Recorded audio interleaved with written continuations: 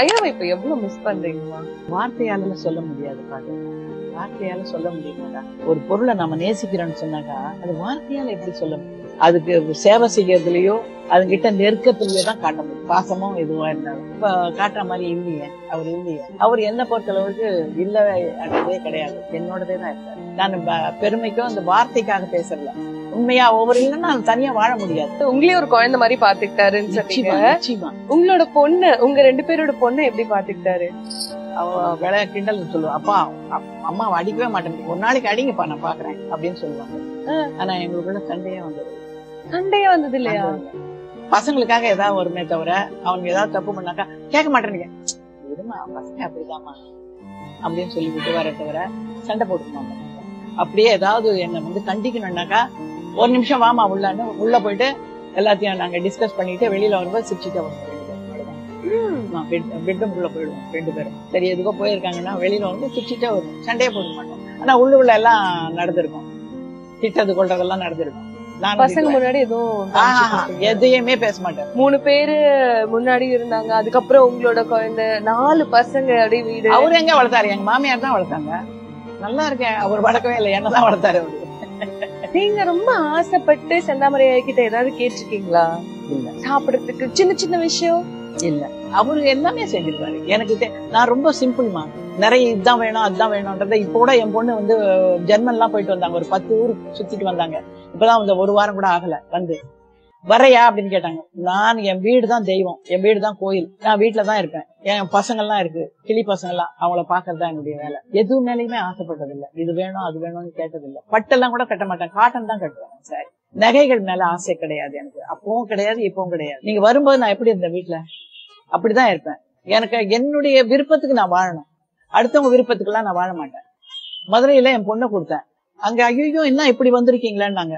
நான் ஒரே ஒரு வார்த்தை சொன்னேன், எனக்கு மரியாதையா என் நகைகளுக்கும் பட்டு புடவைங்களுக்கும் மரியாதையா அப்படி சொன்னீங்கன்னாக்கா நான் போயிடுறேன், எனக்கு மரியாதை கொடுத்தீங்கன்னா நான் வரேன் அப்படின்றேன். எங்க சம்பந்தியமா ஏங்க அவங்க கிட்ட பேசுறீங்க, விட்டுருங்க, அவங்க அப்படிதாங்க வருவாங்க. இன்னும் சாதாரணமா போனேன், கழுத்துல காதுல எதுவுமே போட்டுக்கல, என் புருஷன் இல்ல. அப்புறம் நான் எதுக்கு போனேன்? யார் பார்க்க போறாங்க என்ன? அவர் தான் பார்க்கணும் இல்லையா? எவன் பார்த்தா என்ன, எவன் பார்க்காம போனா எனக்கு என்ன இனிமே இல்லையா? நீங்க வரீங்க, சாரை பத்தி எல்லாம் பேசுறீங்க, அப்படி இருக்காரு இப்படி இருக்காரு, அதுவே அவர் இருக்க மாதிரி தானே, அதுவே அவர் இருக்க மாதிரி தானே. வர்றவங்க பூரா அவரை பத்தி தானே பேசுறாங்க. அப்போ அவர் இருக்க மாதிரிதான். செத்து போனவங்க எல்லாருமே, கண்ணதாசன்ல இருந்து செத்து போகல கண்ணதாசன், ஒவ்வொரு நிமிஷமும் என்னோட தான் இருக்காரு. கண்ணதாசன் சொல்றேன், ஒரு பாட்டுல இருக்காரு, ஒரு கவிதையில இருக்காரு இல்லையா? அவரை பத்தி சொல்லணும்னா நிறைய, ஒவ்வொரு மனசுலயும் ஒவ்வொருத்தர் மனசுலயும் இருக்காரு. அவர் என்னைக்கும் வாழ்ந்துட்டு தான். அவர் செத்து போயிட்டாருன்னு எப்படி சொல்ல முடியும்? ஆனா ஒரு பெரிய விஷயம் என்னன்னு கேட்டாக்கா, இந்த யூடியூப்னு ஒண்ணு இருக்கு, அதுல செத்து போனவங்களை பத்தி எல்லாம் பேசுறாங்க. ரொம்ப தப்பான விஷயங்கள். அவங்க சாதிச்சாங்க, அவங்க போயிட்டாங்க, அவங்கள பத்தி பேசுறதுக்கெல்லாம் இவங்களுக்கு எல்லாம் அருகதையே கிடையாது. உண்டா இல்லையா? அவங்க கூட வாழ்ந்திருக்காங்களா, அவங்க கூட டிராவல் பண்ணிருக்காங்களா? ஒண்ணுமே கிடையாது. அவங்கள பத்தி பேசுறதுக்கு இவங்களுக்கு என்ன அருகதை இருக்கு நான் கேக்குறேன். அவங்க இப்படி அவங்க எப்படி அப்படின்னு கண்ணதாசனை பத்தி அவங்கள பத்தி இவங்கள பத்தி எல்லாம் ரொம்ப தப்பான விஷயம். அவருடைய ஸ்டைல் பாட்டு எழுத முடியுமா?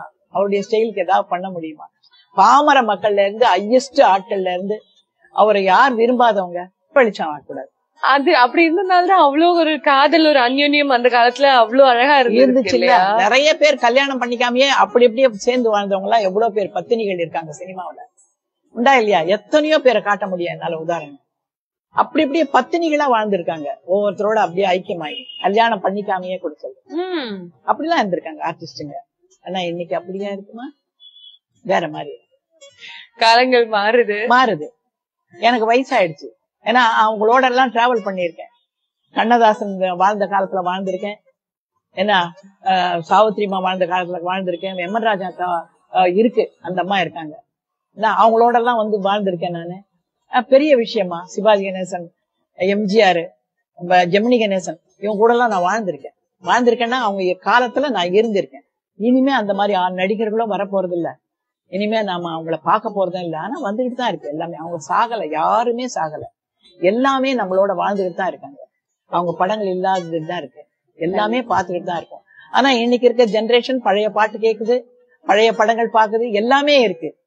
அது ரொம்ப சந்தோஷமா இருக்கு எனக்கு உண்மையாவே. ஏன்னா மதுரையில இருந்து நிறைய அல்வா எல்லாம் வரும். யார் வந்தாலும் ஸ்வீட்டுதான் இது டைனிங் டேபிள்ல, பெரிய டைனிங் டேபிள் எங்களுக்கு. நீ வந்தா கூட சரி, இவ்வளவு அல்வா எடுத்துப்பாரு, வாடா வாடா வாடா, வாய் தர்ற அப்படின்னு கொடுப்பாரு. குழந்தைங்கன்னா அவருக்கு ரொம்ப பிடிக்கும். அந்த மாதிரி அவர் அவ்வளோ தாய்மை உள்ளம் கொண்டவர்.